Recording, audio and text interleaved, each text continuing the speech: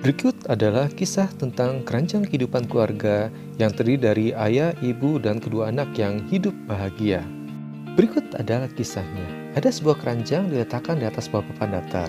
Keranjang ini berisi batu-batuan dari kecil, sedang maupun besar. Keranjang berisi batu ini ditopang oleh seorang laki-laki sebagai tulang punggung keluarga dengan istri dan kedua anaknya di bawahnya. Mereka berdiri di atas tanah yang tidak rata. Apakah batu-batu ini? Ini adalah tabungan, kesehatan, biaya hidup, dana pensiun, dana pendidikan anak, utang atau cicilan, ataupun cicilan rumah. Nah, apakah maksud dari gambar ini? Ini adalah gambaran kehidupan kita sehari-hari, di mana kita setiap waktu sebagai pencari nafkah utama akan menopang batu-batu ini setiap waktunya.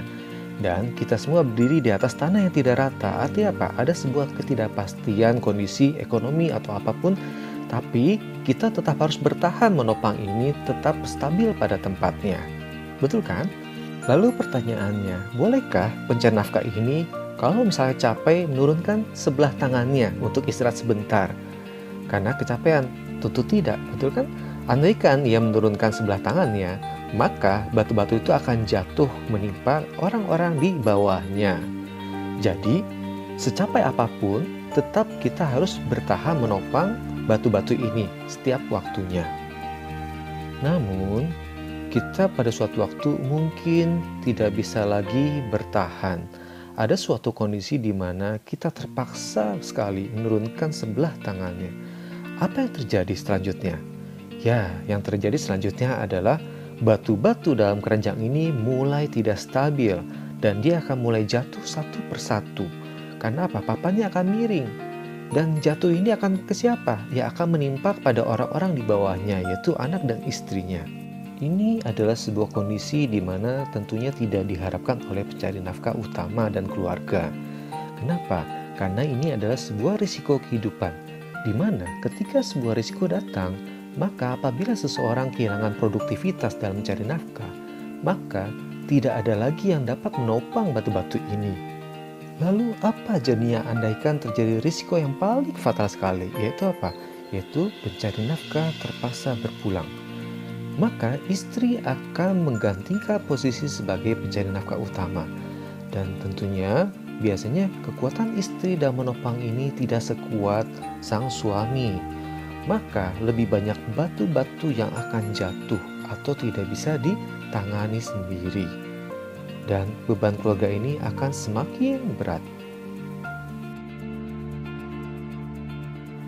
Lalu, apa jadinya andaikan sang istri juga ikut berpulang?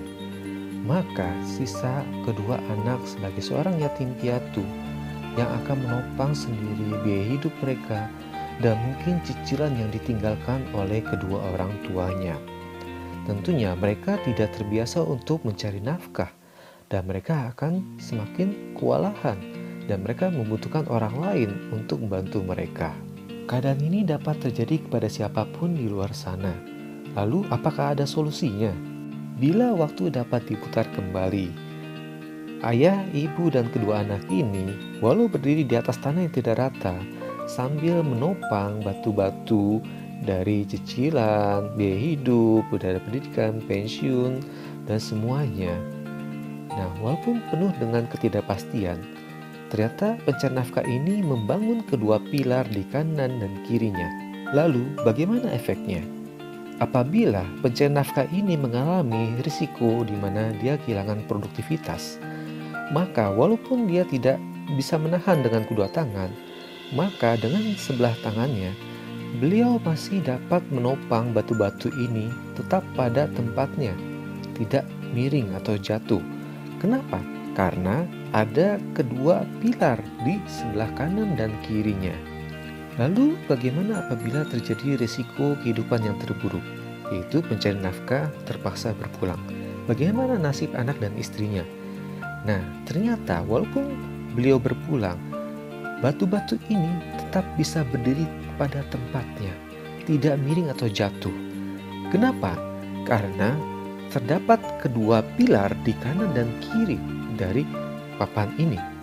Jadi, walaupun pencari nafkah utama telah berpulang, istri dan kedua anak masih tetap dapat menjalani hidup sebagaimana seperti sebelumnya, walaupun kehilangan sosok pencari nafkah utama.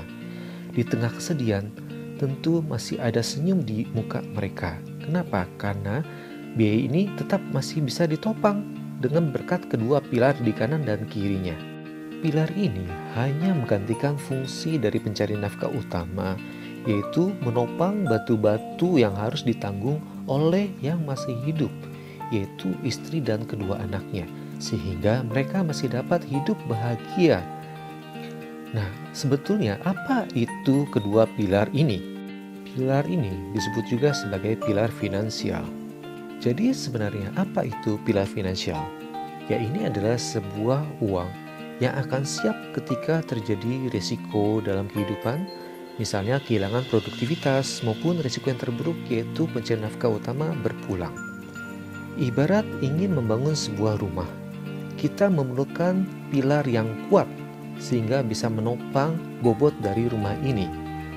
Berarti pilar ini harus cukup besarnya. Jangan terlalu kecil karena tidak akan kuat, dan jangan pula terlalu besar karena akan sia-sia. Jadi besar pilar ini harus dihitung dulu ya. Tentunya masing-masing orang memiliki berat batu yang berbeda-beda. Jadi pasti ukuran pilarnya akan berbeda pula. Lalu, sudah siapkah pilar finansial keluarga Anda? Nah, kewajiban Anda adalah mempersiapkannya. Sedangkan tugas saya adalah membantu hitung sesuai dengan kebutuhan, sehingga ukuran pilar ini sesuai ya. Segera konsultasi bersama tim kami di Champion Wealth Planner.